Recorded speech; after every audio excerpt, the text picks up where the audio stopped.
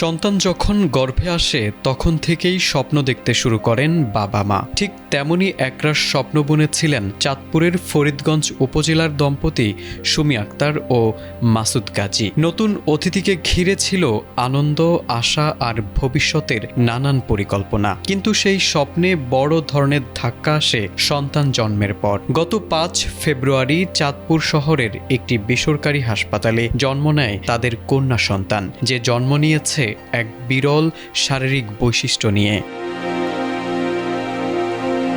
চাঁদপুর শহরের ক্রিসেন্ট হাসপাতালের 207 নম্বর কেবিনে জন্ম হয় 2 মাথা বিশিষ্ট ওই কন্যা শিশুটির। চিকিৎসকদের ভাষ্য অনুযায়ী নবজাতকের শরীর একটি হলেও জন্মগত ত্রুটির কারণে তার 2টি মাথা রয়েছে, যা একটি অত্যন্ত জটিল ও বিরল শারীরিক অবস্থা। সন্ধ্যাবেলা আমার বোনের সিজার হয়েছে, তো কন্যা সন্তান হয়েছে।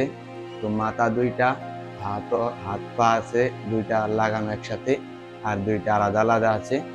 তো আমার ভাইয়ে কৃষিকাজ করে, অতটা ইয়াটে আনি দিন খায়। তো যদি কেউ সাহায্য করেন তো একটু ভালো হতো। আরই অনেক টাকার প্রয়োজন।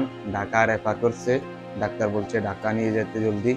শিশুটির বাবা মাসুদ গাজী ফরিদগঞ্জ পৌরসভার পূর্ব বাড়ালী এলাকার বাসিন্দা এবং পেশায় একজন দিনমজুর। মা সুমি আক্তার।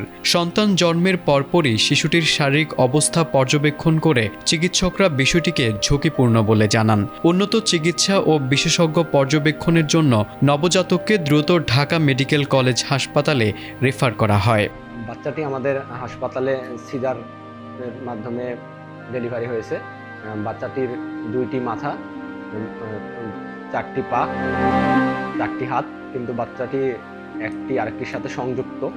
এটা বাচ্চার কনজেনিটাল অ্যানোমালিস ছিল। এখন এটা বাচ্চাটা হচ্ছে সিজারের পরে বোঝা গেছে বাচ্চাটার কনজেনিটাল অ্যানোমালিস আছে।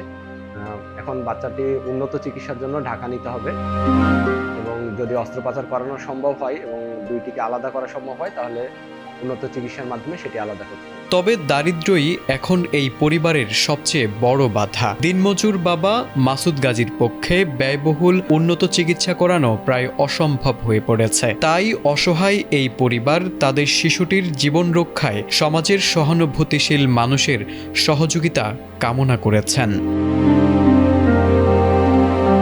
তারেক আজিজ, এটিএন বাংলা।